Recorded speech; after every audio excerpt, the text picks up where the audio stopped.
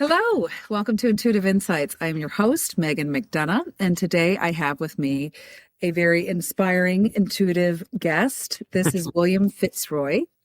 William is not your typical, I'm just going to tell you, he's not your typical spiritual, okay? He is equal parts mystic, pragmatist, and channel and strategist. Say that 5 times fast. He walks the line between the ancient and the modern with grace and grit, one of my favorite words, and a little irreverent humor, also my favorite. He is the founder of Art of the Seer Academy. So William has been a trusted guide for those ready to deepen their psychic awareness, reconnect with their spiritual gifts, and step into their intuitive power without, it's the most important part, losing their sense of humor or grounding in the everyday world. Welcome, William. Thank you. It's so nice to be here. And thanks for that lovely introduction. I'm so glad we met. I'm really excited about this conversation with you. Yeah, me too. I have a couple of questions to ask you, and then we're gonna just see where we go. I love it. We're gonna intuitively flow with this conversation.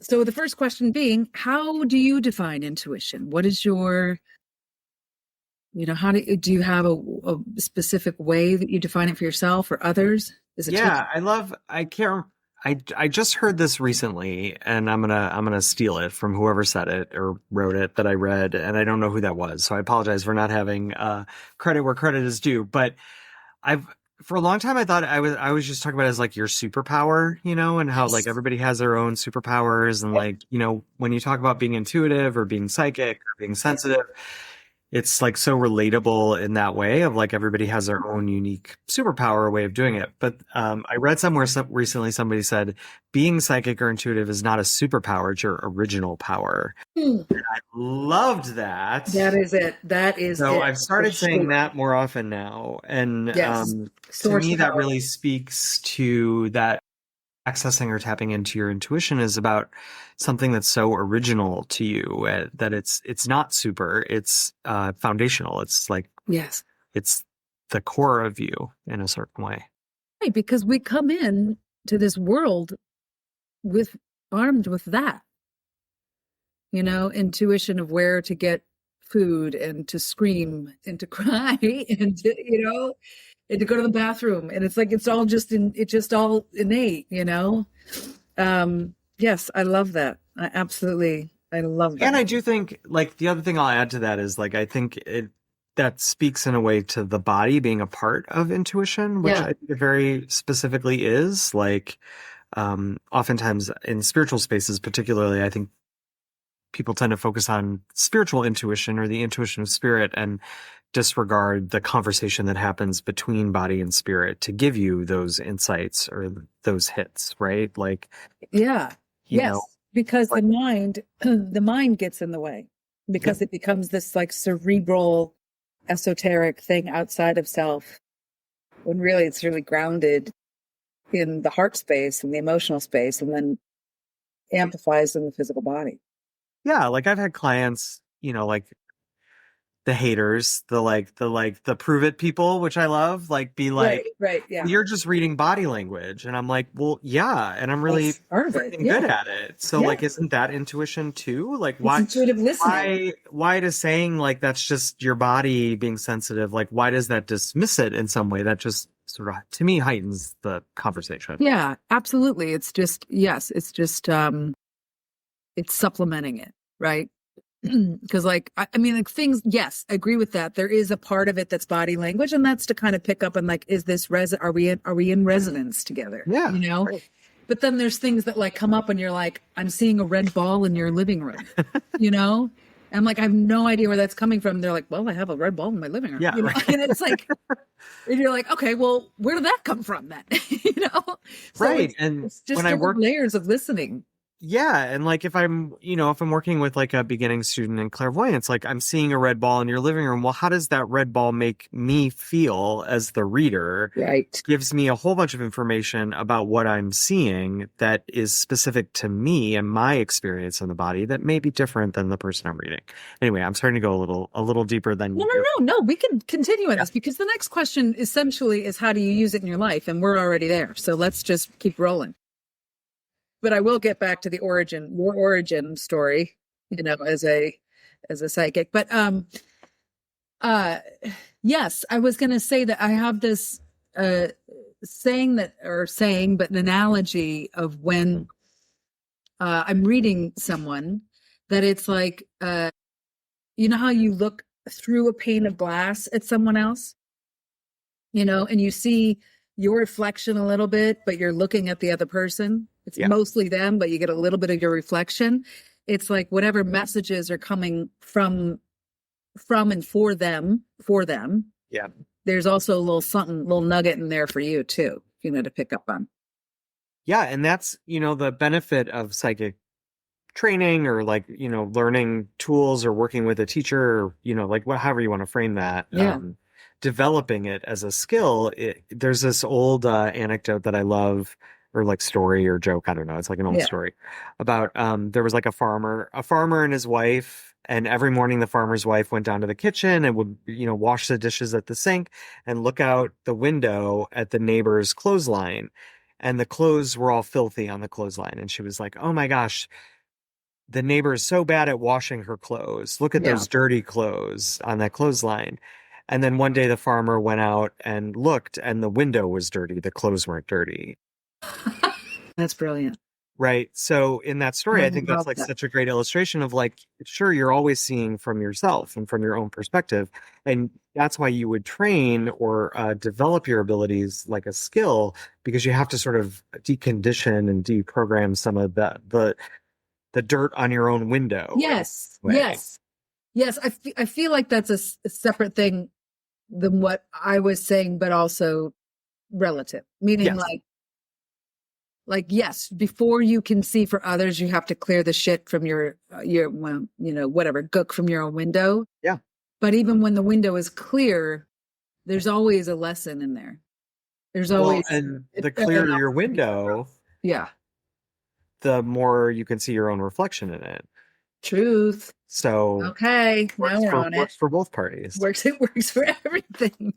Okay, so let's talk about how. So as an intuitive, clairvoyant and Clairvoyant, channeler, maybe is that psychic. right? I don't know. People get What's so your wrapped language? up in these terms. I don't What are know. your labels? Psychic. I like psychic. I still like You do? psychic. No, some people don't. Yeah, I know. I have an aversion to the word, and I don't know what. Maybe it's because it feels like it puts. I don't know. I have excuses for why, meaning that it feels to me personally, it feels like it brings fear into the equation for me, which I don't want in the equation at all for me or for others. First. But a lot of people don't know what to do with intuitive either. So it's like, If you look historically, I think the sensitives and sensitive. Yeah, whatever word you're going to use, that's true. we inhabit a word and then we leave it behind for a new word. And I think psychic was the word for a while, and then Yeah. intuitive seems softer or a little more palatable to modern audiences. So it's moved from there. But we were called many other things, 100 years ago that weren't even those words. So Yes. like I think it's like we're constantly evolving into new pictures. So how did you what was your process and your evolution in tapping into these original powers of self? I came to this work a total mess, just like a disaster of a human being. I never thought that I never would have thought I was intuitive or psychic or even sensitive to energy. I was really creative and highly imaginative as a child. I was very involved in like the arts and in theater and music and singing. And I think that was like a safe space and a respite from everything I was sensitive to in the world. It was like I was finding the way people could express. And so I heavily involved in that in my childhood and then into all the way through undergrad, really. And then it was when I graduated college and moved to the city, and sort of the structures that I had operated in academically, socially, creatively kind of fell away, that I was like very vulnerable and exposed in a way. Yeah. Yeah, that I didn't have the tools and the vocabulary in order to like really understand what I was going through and processing in being sensitive to energy, those spaces. And very quickly, like within, 2 or 3 years, it kind of, I was overrun. I just like, I was a mess. I was a total disaster. Yeah. Uh, and had no sense. I had completely lost my sense of self Right. and was really desperate for some help. And I tried a bunch of different things, as people do. And I had a roommate at the time who took like a meditative embodiment class. And I remember she came home from like the first class and she was like, I was like, how was it? And she's like, I didn't like it. She's like, but I think you would love it. And I was like, really? And she's like, yeah. She's like, I think you need to go take this class. Um, and then a couple weeks later, I signed up for a class at the same place, and I did. I loved it. I remember being at break. It was like a 2 hour class, and there was like a break after the first hour. And I went up to the instructor, and I was like, I have no idea what this is. I don't even understand what you're saying. But I've been like whatever this is, I've been waiting for this my whole life. Like this is the Yeah. thing that no one has taught me that I've been waiting to learn. And he kind of just smiled a little bit, was kind of like, yeah, that's kind of how it tends to go. Um, and then from there, I just like dove deep into it, and it's become a significant part of my life ever since. Yeah. That feeling is like I had that feeling when I had gone away from, this is before I started my training, but I'd always had that kind of connection. First it was like always dreams, and then it was like I could kind of read people, and then it became like a party favor, where I was like psychic Megan after a few glasses of wine came out, And and then, I'd love to meet Psychic Megan you that know what I way. mean? Like Like that's she fun. was always right, but Yeah. she could only read the people she heard. Like if you come up to, like, people would come up to me and be like, "Oh, give me a reading, give me." I was like, because I didn't really know what I was doing. I was just kind of listening to what I heard, and I didn't know how to. I didn't have any technique. So, um, but then I got away from it because I didn't have the technique. It started to scare me. I didn't understand it, and I never wanted to hurt people emotionally or otherwise by saying the wrong thing, or not knowing how to see things in a light that was uh, always beneficial, because I believe everything is. But I didn't know how to communicate that. So I put Psychic Megan out to the curb for a while. And then and then I just, it was kind of, and it was in the same space where I just didn't recognize myself. I didn't like myself, like physically, emotionally, personality. I'm like, who is this, imposter here? And then I was turned on to a class this, friend of mine was doing. And then from the first meditation, I had this like, oh, Right. I'm home. Yeah. I'm back home. Yeah, isn't it funny? I think every psychic I've ever met has a similar story of being alienated from themselves for a while. And I almost think that's necessary at this point. Like when I consider someone and their journey, like I think that alienation or putting that part of yourself away is actually part of the process. Like you have to kind of go away from it in order to like come back to it on your own terms in some way. Yeah. Yeah. Similar to you, like even looking back at my childhood, I used to play this game when I was a kid, probably like 6, 7, 8, Yeah. where I'd be sitting in the back seat of my parents' car, and I would. It's gonna make no sense, but It might compare. I would compare people in their cars, like I was like looking at people in their car, and then I would be like, oh, that person's like my aunt, even though it was like a male, and like not. What I was doing was reading their energy, and I Yeah. was like, oh, that person is like this person, and like I don't even. I just have such a vivid memory of doing things like that and not Did under. you ever go like when you're in the car and you looked into other people's cars, were you ever like try and put your energy inside their car to get the feeling Yeah. of it? Do you know Oh what I my mean? God, all the And then time. sometimes you'd be like, oh, this is too weird. I gotta go. Yeah. Oh Like my you're gosh, like injecting your absolutely. energy in there to kind of feel it out. And then Yes. you're like, ooh. Or it would always surprise me when the energy was not what I thought it was going to be, you know?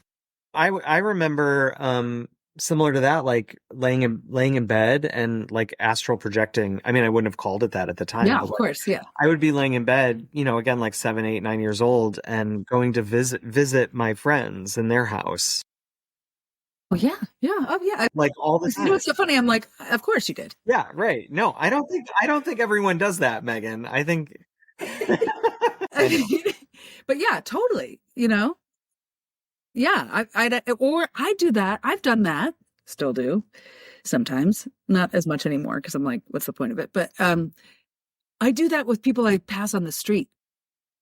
I don't know. And then I don't know. I'm not sure if that's part of the actor self or Right. the intuitive self or the combination of the two, where I'm like, what is their living room like? And I just kind of like feel into it. Then all of a sudden I'm like, like what is the world in which this person's energy is swimming, you know? Yeah.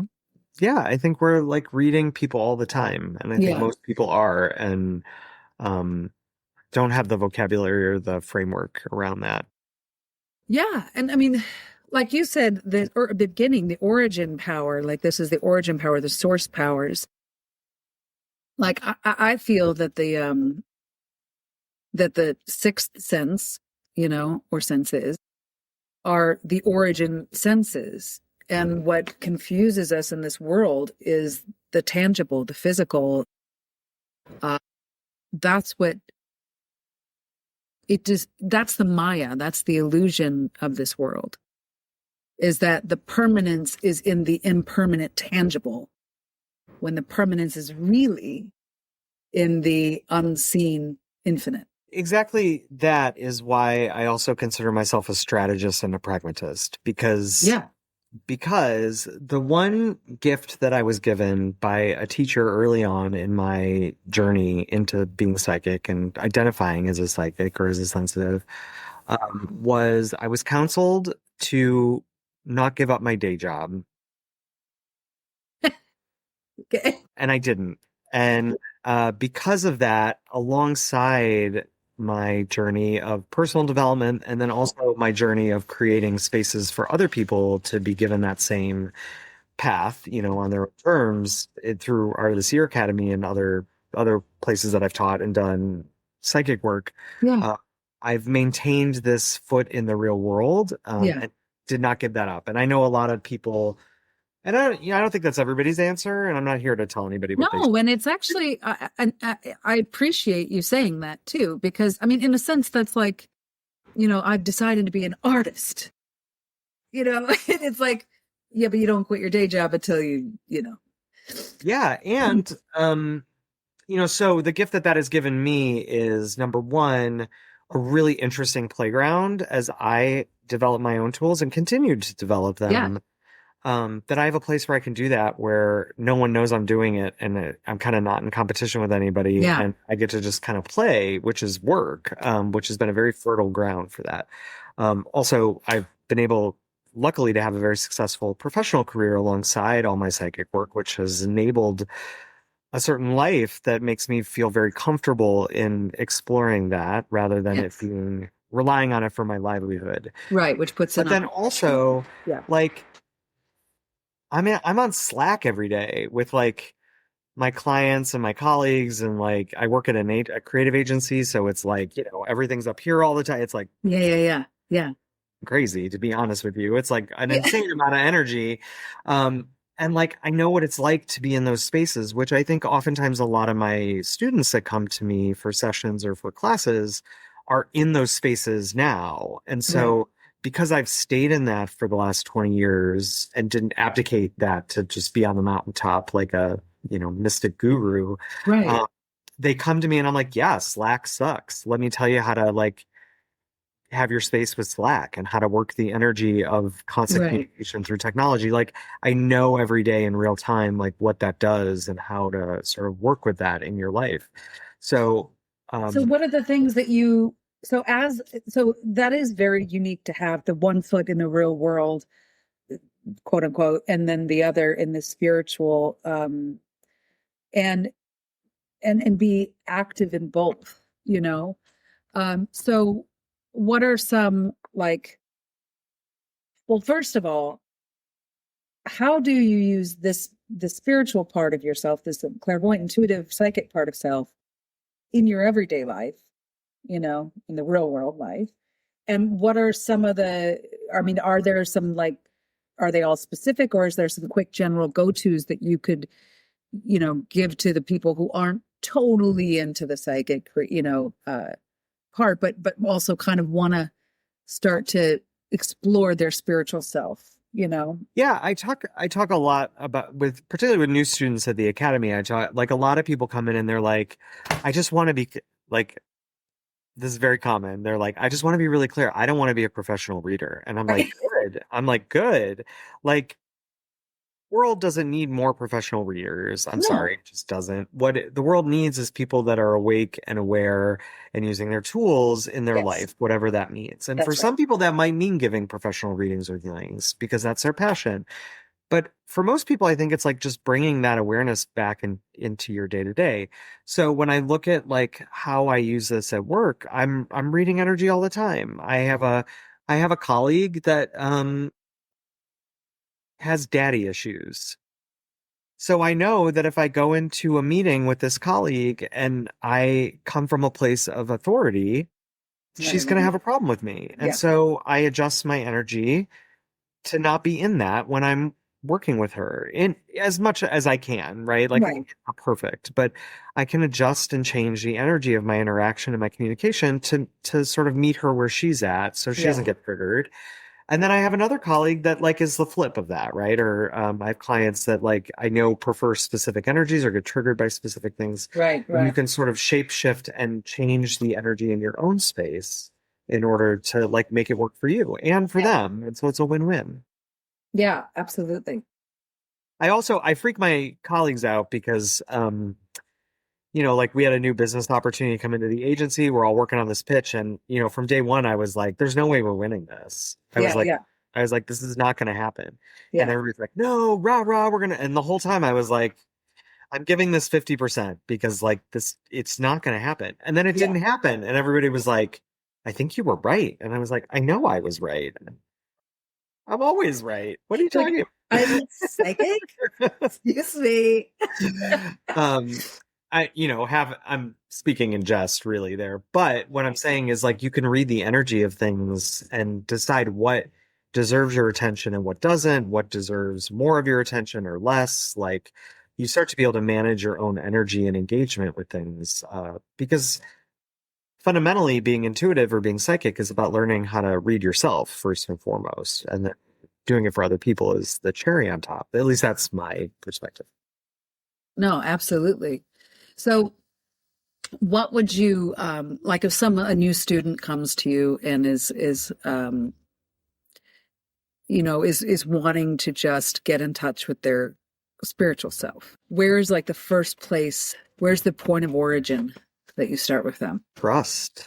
I had to learn this the hard way, and I try to point it out to people when they start this journey. I think the first step, because oftentimes for the sensitive that's been shut down or had that turned off, whether they did it themselves or had it turned off for them by some external authority, there's a lack of trust. Yes. Yeah. And so I think the most important decision you can make is picking a teacher and just trusting them. And it doesn't have to be forever.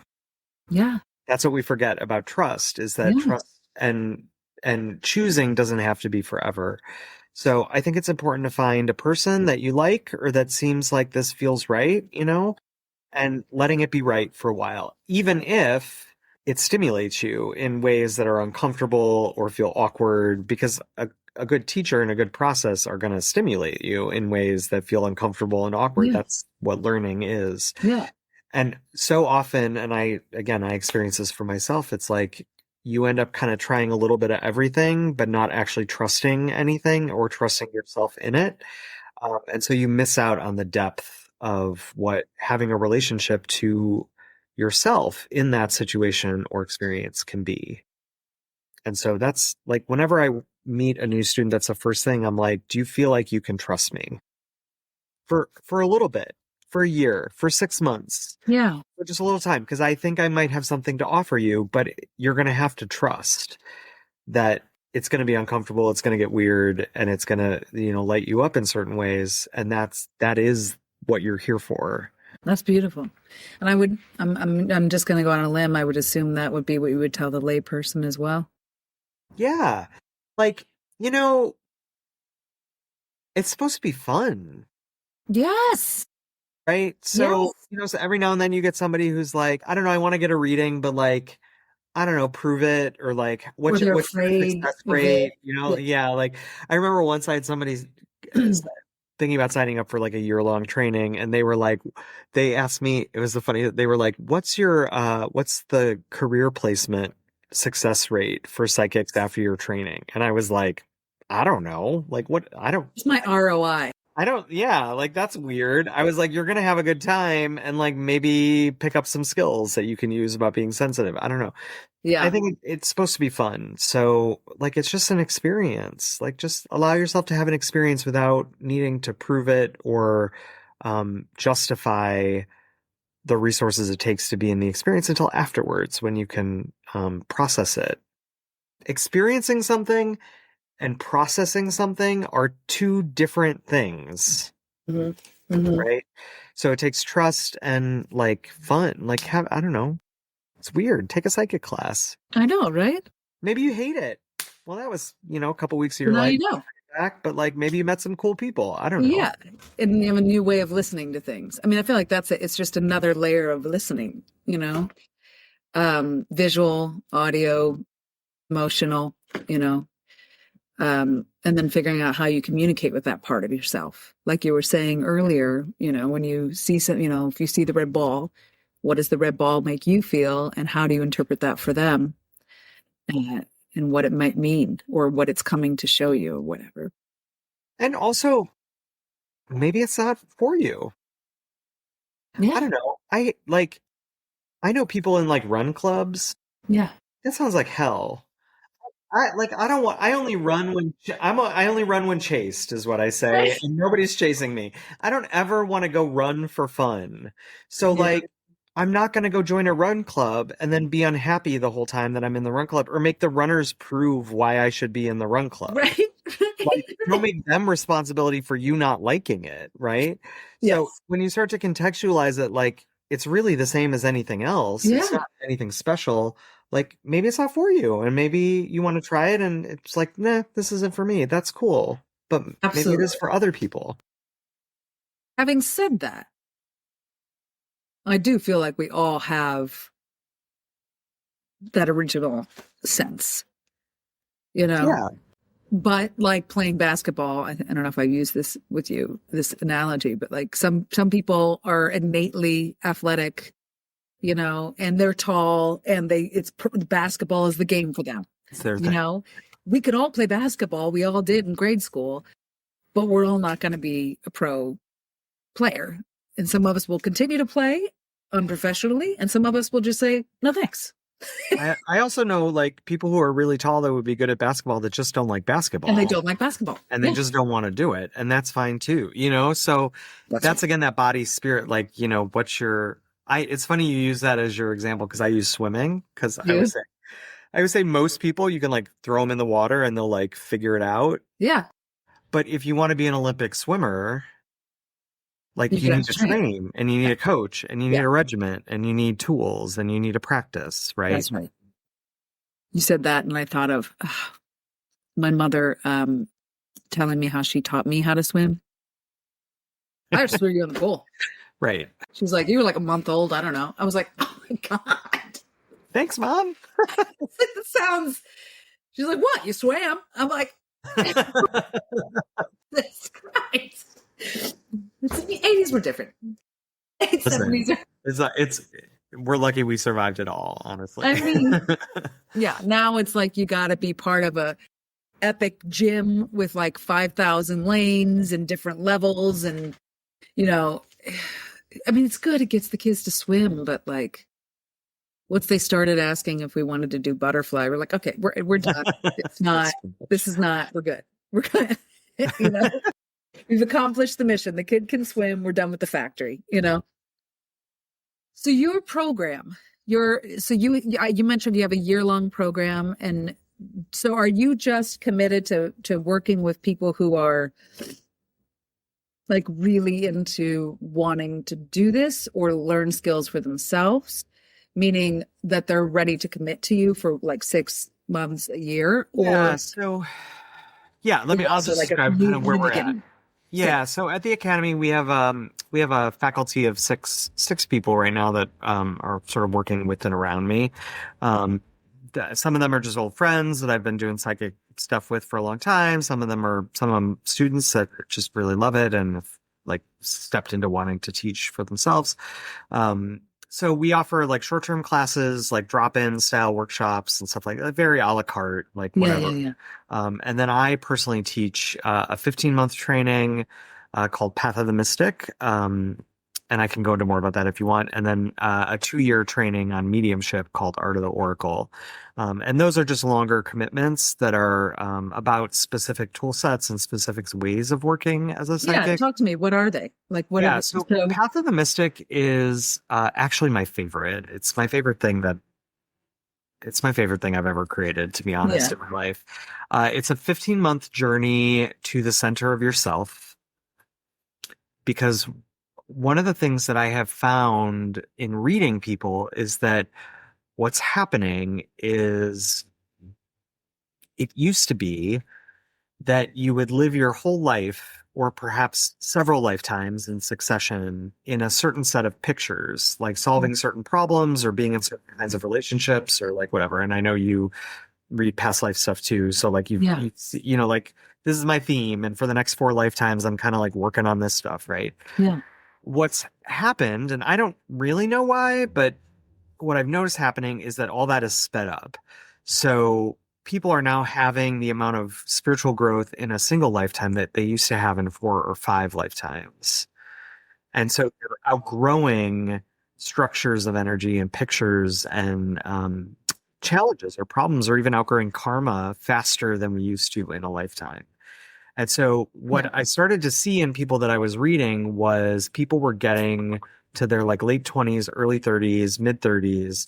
And what they had done was like exhausted all possibility in their life. And they were hitting up against a wall of like, I don't know what to do. And the answer is like, blow it all up and start again with a whole new set of pictures or a whole new set Yeah. of structures in your reality. So this training, the way I think about it is, it's like a hedge maze or like a labyrinth. Yeah. Yeah. And if you think of a lifetime as like the path of walking the labyrinth, and like there's dead ends and you got to turn around and like, like Yeah. blah, blah, blah. Or like a mouse trying to get to cheese in a Yeah. maze, Yeah. like what this training really does is gets you to the center of that hedge maze or that labyrinth. And what's at the center is nothing. It's you, right? Like that's what's at the end of the path is you. And then from there, what you can do is actually blow up that whole picture and start from a whole new maze or a whole new set of pictures. And so the 15-month curriculum, what it does is it takes you on a guided journey to kind of shed all that stuff that's out of date and like doesn't have any relevance to you at this time, and then get you back to the core of you, and then like sort of give you a jump start into sort of a whole new life, really. Sometimes that means a new career, sometimes it means new relationships, sometimes it means New perspectives or yeah, I mean, but then also sometimes it's like you don't have to change anything in your 3D reality. Like this right. doesn't It's always just like an necessarily energetic shift. blow up your life. It's Yeah. just like now all of a sudden you're different in all that. And so it can be different. And I just like, I love it because that kind of a journey was very impactful for me. But it's so gratifying to watch people reconnect to their center at the core, and then start on a whole new adventure. Like, I just find that so exciting. Yeah. Yeah. So to answer your question, like, that's where, like, what I teach is, like, it's about being psychic and learning how to read clairvoyantly and be a medium and all this stuff. But, like, doing that for other people is secondary to the sort of inner journey of reclaiming those gifts, as a core part of who you are, and letting that transform your life. Right. Right. Because also those, I don't know if you found this too, that when the lesson or whatever it is comes from internally versus externally, it just resonates deeper and shifts more. Like Yeah. when you take somebody through it versus like learning something cerebral, when you learn it intuitively, when it comes to you intuitively, it's like, okay, lesson learned, check mark, move on. There's no, Yeah. Isn't it funny how I think it's very common in psychic practices that people sort of abdicate the self in the reading or in the channeling. And it's like, well, I don't know, the message that's coming through is this. And I don't know. I'm not responsible. It's just what's coming through. What you're saying is, like, to me, correlates to what I find to be more true in a reading, where I'm like, well, this is what's coming through. Here's how that attaches to me. And then here's how I deliver both of those things to you, not just what is coming through, but my own perspective on that as well. And that's, like, to me, that's when it gets really good. that's the art of it. Yes. Yeah. And it is, I think, and I know you have a theater background as well. Like, I trained as a theater director, and was heavily involved in theater. And when I talk about theater and acting in terms of psychic terms, I'm talking about the art of acting, not celebrity acting, like, Right. because I always say actors and I could just see people being like, you mean the Kardashians? And I'm like, no, that's not the kind of actors I'm talking about. I'm talking about the YouTube star. Yeah, right. It's like different. You mean my TikToker? Yeah, no, something different than that. But I do think that's part of that journey as a real artist, is developing your own voice, right? Whether that's visual art or music or being an actor on stage, a dancer, which is being a channel. 100%. Right? Yeah. So this is where I find that my training as an artist in the performing arts has really informed how I train people to be an intuitive and a psychic. Yes. What is that? My cats, I have, like, this chase toy for my cats, and it just turned on its own. It sounded like he was like, money, money, and just like throwing coins. Yeah, I mean, the spirits are restless in my living room at the moment. I'm stirring some stuff up. But yeah, I feel like that has given me a very unique POV on teaching psychics. Yes.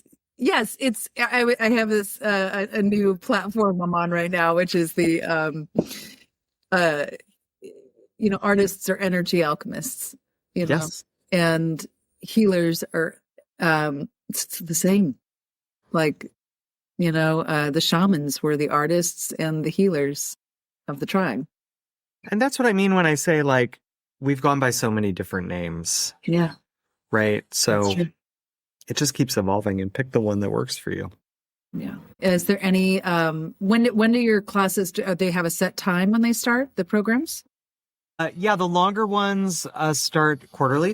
I just started classes for the Path of the Mystic, and then my 2-year mediumship training just started this past weekend. Enrollment's still open for the next month. I don't know when this will be posted, but if people want to check it out.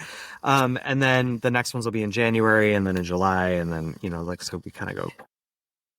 Wonderful. And it's the art of the Seer Academy? Yes. Is that right? Yeah. Well, thank you so much, William, for joining me. Thank you for having me. This is so fun. I'm so glad we found each other. Yeah, I've really enjoyed connecting with you, and thanks for having me on your show. Yeah, we'll do it more. All right. How about that? All right. Thank you all for joining, and I will put all of William's information in the show notes. Have a magical day.